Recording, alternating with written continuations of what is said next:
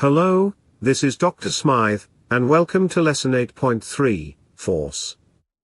This lesson introduces the various types of forces you experience in your daily life and how these forces impact motion. The duration of this lecture is approximately 10 minutes.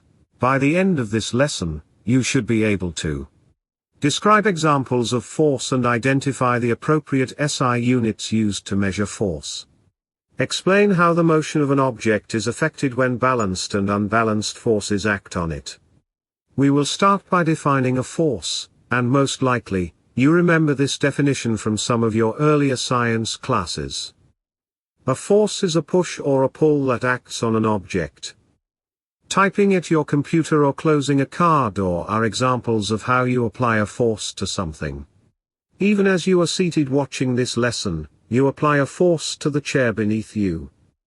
A force can cause a resting object to move or accelerate a moving object by changing the object's speed or direction. You may have measured forces using a spring scale. The spring stretch in the scale depends on the amount of weight, which is a type of force acting on it. You see scales like this in the produce department of your grocery store. The more you add to the scale, the more the spring stretches. If you are interested, click on the information button for a short but interesting video on how electronic balances work. The SI unit for force is the Newton, named in honor of Sir Isaac Newton, an English mathematician and one of the most influential scientists ever. He created laws on gravitation and motion we are studying now. 1 Newton, represented by an uppercase N, is the force that causes a 1 kilogram mass to accelerate at a rate of 1 meter per second squared. Newton did not discover gravity, humans always knew it existed, but he did develop theories of motion and universal gravitation. If you would like to know more about one of the most influential men of science, tap on his image. Otherwise, proceed with this lecture. In physics, we use arrows to represent a force. The length of the arrow is proportional to the amount of force. Small arrow, small force, big arrow, big force. The direction of the arrow indicates the direction of the force. The bag of potatoes pulls down on the scale as indicated by the arrow shown in blue on the bag of potatoes. Physics instructors use free body diagrams to show all the forces acting on an object. No matter if it's a rocket or a sack of potatoes, the object is represented by a block. An arrow representing a force emanates from the center.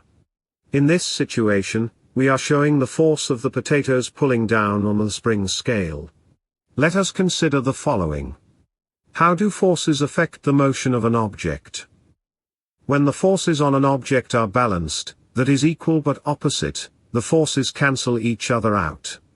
There is no change in motion. Imagine a skater astride their skateboard. If there is no force, the rider and board remains stationary. The rider creates an unbalanced force by kicking off, the force of their foot pushing against the pavement causes the board to move forward. The net force is the overall force acting on an object after all the forces are combined.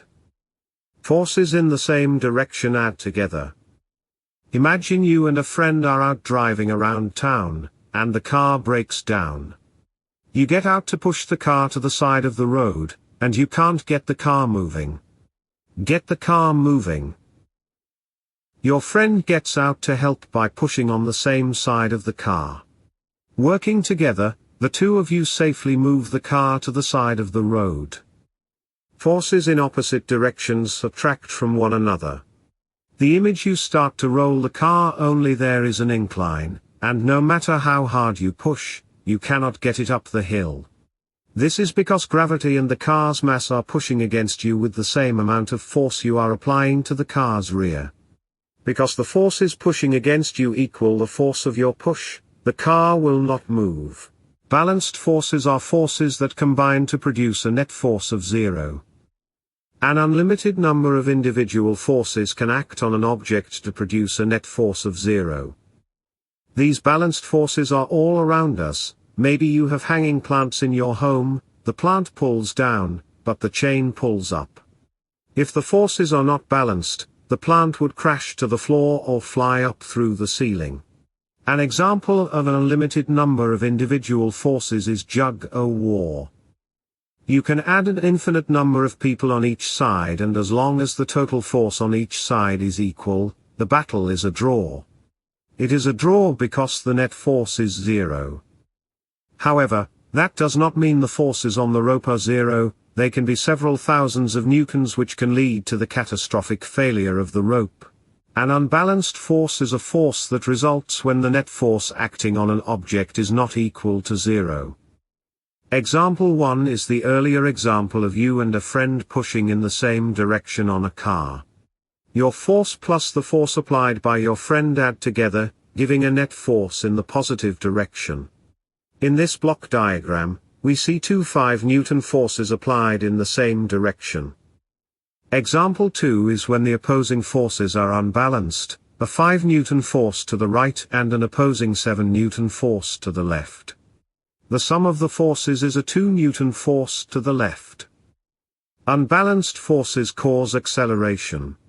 Lesson summary. A force is a push or a pull. A Newton is the SI unit for force. In physics, we use arrows to represent a force. The length of the arrow is proportional to the force. The net force is the overall force acting on an object. Balanced forces are forces that combine to produce a net force of zero. An unbalanced force is when the net force acting on an object is greater than zero. Forces are additive, and unbalanced forces cause acceleration.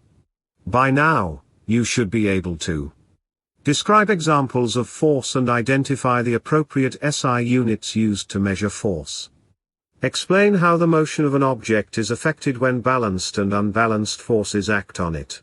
If I have seen farther, it is by standing upon the shoulders of giants. We hope you enjoyed this lesson.